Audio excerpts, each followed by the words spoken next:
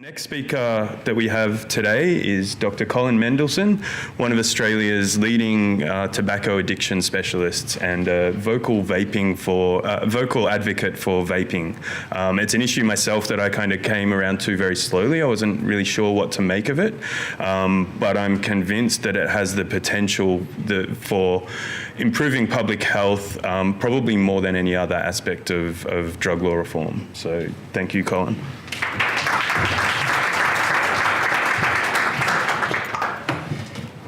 Thank you, Ash. Just need some slides. Oh, God. The tech thing again. Yeah, it's here somewhere. So we'll get rid of that one. Hang on. I'll just get it up for you here. Yeah, this one. That one, yep. Great. There we go.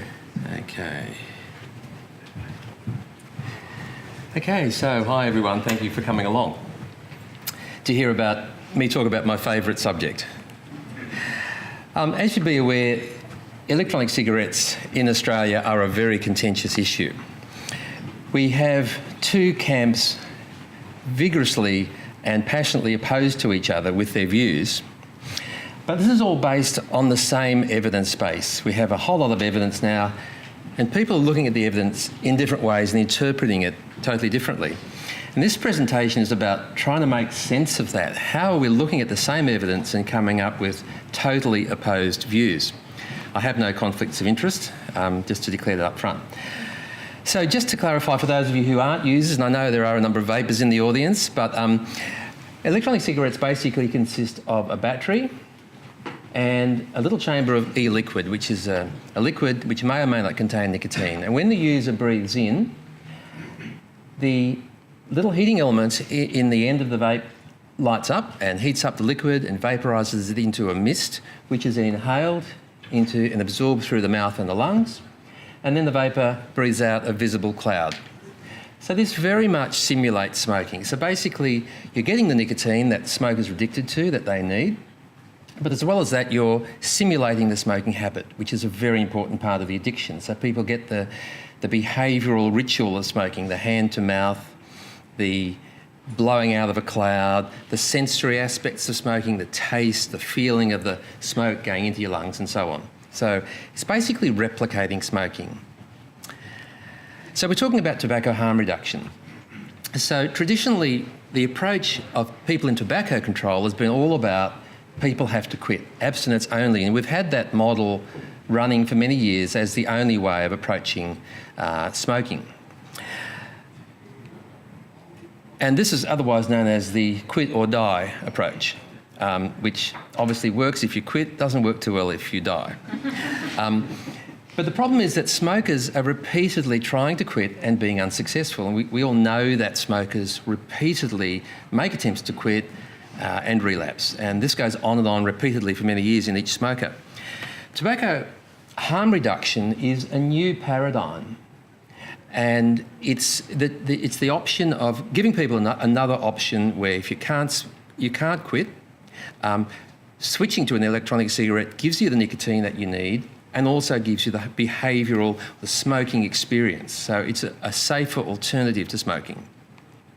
And it's no different to other harm reduction strategies that are currently being used and are widely accepted, where we accept that people can't change certain behaviours or don't want to, but we want to reduce the harm to health.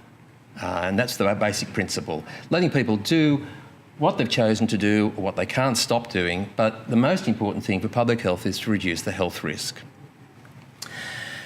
So what's the evidence for vaping? Well, there have been several major independent reports from very highly respected international organisations, starting with Public Health England, a major report in Canada earlier this year, another report from England, and a report from the Royal College of Physicians, a comprehensive review of all the evidence last year. And what all these reports have accepted and agreed on is that vaping is an effective quitting aid, so the use of an e-cigarette does help people to quit, and we know millions of smokers have quit using e-cigarettes. We know it's substantially safer than smoking. We've got a very small fraction of the toxins in tobacco smoke are in vapour, and those that are there are mostly less than 1% of what's in concentrations in tobacco smoke. We know that the harm to bystanders from secondhand vaping is minimal. We know that these products are used almost exclusively by smokers and recent ex-smokers. So uptake by children and non-smokers is actually rare, and we know that from national studies in many countries. And the evidence is so strong that the Royal College of Physicians in the UK has concluded that in the interests of public health, it's important to promote the use of e-cigarettes as widely as possible as a substitute for smoking.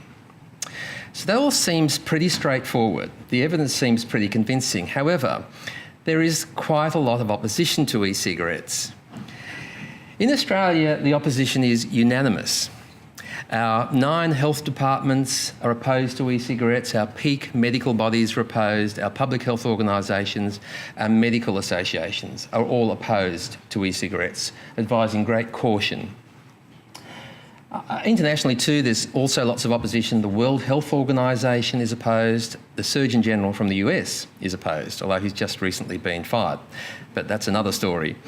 But what people who oppose e-cigarettes, generally when you look through their position statements, they're basically framing e-cigarettes as a risk. So they're looking at the threats associated with e-cigarettes. That's what they're focusing on. What is the risk of this new technology? So, yes, of course, e-cigarettes are not harmless. Nothing is harmless. And there are small risks. And they're focusing on small risks. They're focusing on potential risks and unknown risks in the future. What's going to happen in 20 years' time? We might find that people grow horns and a tail from using these things. Well, that's true with any new treatment. You never know in 30 years' time, but we can say from what we know that the risks are likely to be far safer than smoking. They worry about these products enticing young people who don't smoke to start vaping, become addicted and move on to smoking. They worry that widespread use of vaping will be seen as making smoking more socially acceptable again in the community. And they're worried this will undermine tobacco control. So we've done a lot of good work making smoking uncool. We don't want it to start looking cool again. And they're worried about big tobacco. Big tobacco has behaved disgracefully over the years, as we all know. And there's this kind of view that, well, anything big tobacco does must be bad, so we need to oppose this based on that principle alone. So basically, this is a risk-averse precautionary view. So they're saying, well, there are risks. Let's look at these risks and dangers, and we don't want any new risks to be brought into the equation. The people who support e-cigarettes are generally looking at the opportunity. So they see a huge potential benefit to public health.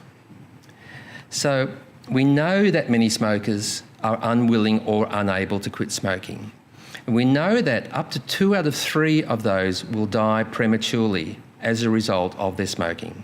On average, they'll lose 10 years of life if they continue to smoke. We know that e-cigarettes work, and we know they're popular. In the UK, in the US, they're the most popular quitting aids, more than patches, more than anything else. So people like them. They have a wide reach, which is important to be effective. And we know they've helped millions to quit.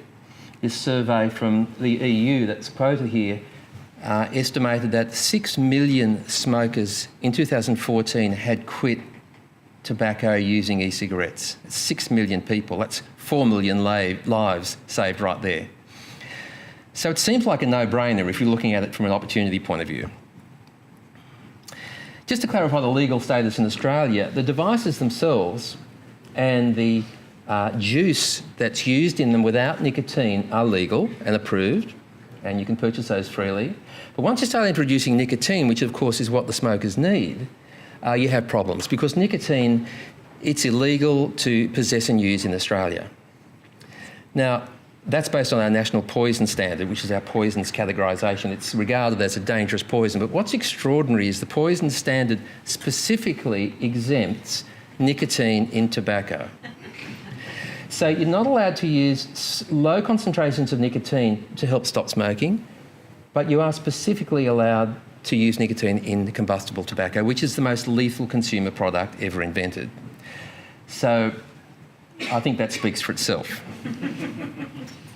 And Australia is increasingly out of step with other countries. Other peer affluent industrialised countries are mostly moving in the other direction. So in the UK, the United States and the European Union, there is support, and e-cigarettes are legal and they're regulated.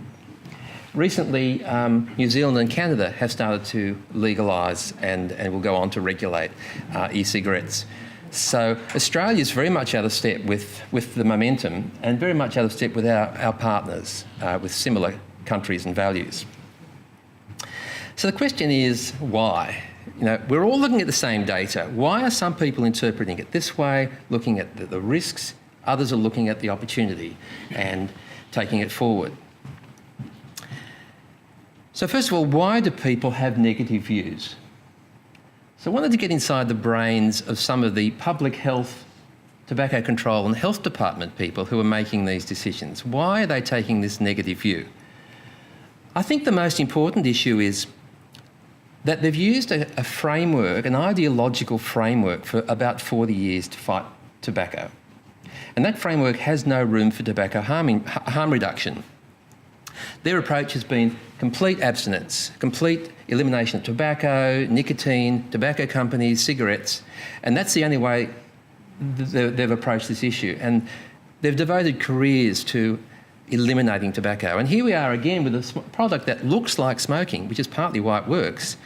And this is creating a whole lot of resistance because their framework does not include harm reduction. And this is a whole new threat because it's threatening the way they've always done things. The other concern they have is big tobacco. So, yes, look, big tobacco has behaved disgracefully, but that doesn't mean everything they do now is automatically bad. But people who have campaigned against big tobacco all these years, some of them are saying, well, they can't possibly be part of the solution. We don't trust them. They've done so much wrong before. They can't possibly help us to resolve this problem, whereas in fact they actually are. For them, there's an advantage. If they're going to lose smokers anyway, they may as well shift to their brands of e-cigarettes. So they actually are part of the solution, I believe. Another reason behind these negative views is amongst public health, this is a threat to the status quo. This is not the way we do things. We've always done it a different way. And also, we didn't think of it. So that's really annoying because this is a really effective method that someone else thought of and they're imposing on us, and we're the experts. So we don't like it. If we'd thought of it, that would be quite different. There's not a lot of sympathy for smokers. There's this view within public health that smoking is sinful. It's a weakness. They should just bloody stop. We've been telling them for years, what is their problem? And the other problem is that vaping's actually enjoyable. And the pleasure police have really been distressed about that. So people are using an addictive drug and actually enjoying it, and you want us to legalise this? So it goes against everything they've stood for. So the view on vaping within some of these organisations is a shared belief, and it's supported by peer pressure and supported by arguments against the alternative narrative. So they together acknowledge that this is the way we do it. If you're going to stay with us, you basically have to follow our narrative. And there are consequences for not doing that. So you get less funding for research, there are career and status repercussions. So these are other reasons when you're in this particular place and this mindset within those organisations, it's very hard to change. And finally, nicotine over the years has been demonised because of its association with tobacco and because it's the addictive ingredient in tobacco. So unfortunately, nicotine has got a reputation it doesn't deserve. It's a relatively minor product, minor chemical in terms of health effects. But it's what kills people is the tar, the carbon monoxide, all the other poisons of combustion, not nicotine. That's relatively minor. So these people have made up their minds about e-cigarettes and tobacco harm reduction already. And the problem is that once you've made up your mind, it's very hard to change. And you tend to see evidence that supports your beliefs and accept it on face value. Evidence that contradicts your beliefs, you oppose. And I think these opinions are very hard to shift, even when the evidence changes. So people interpret the evidence to support their underlying belief. Now, we all do this, of course, but I think this has a large part of the explanation for what's happening in this space. There is a solution, and the solution is a compromise of both of these positions, to legalise nicotine in low concentrations and encourage smokers to use it, to change, but also have a portfolio of regulation which is balanced and proportionate to risk, to minimise any harm to bystanders and also safety and quality standards, no sales to young people and so on. So you can regulate to minimise the risks that our opponents are concerned about. So finally, I think we all just need to take a deep breath and calm down and look at the evidence. Attitudes and policy should not be based on ideology or on outdated beliefs. There are millions of lives at stake here, and I think it's too important to get this wrong. Thank you.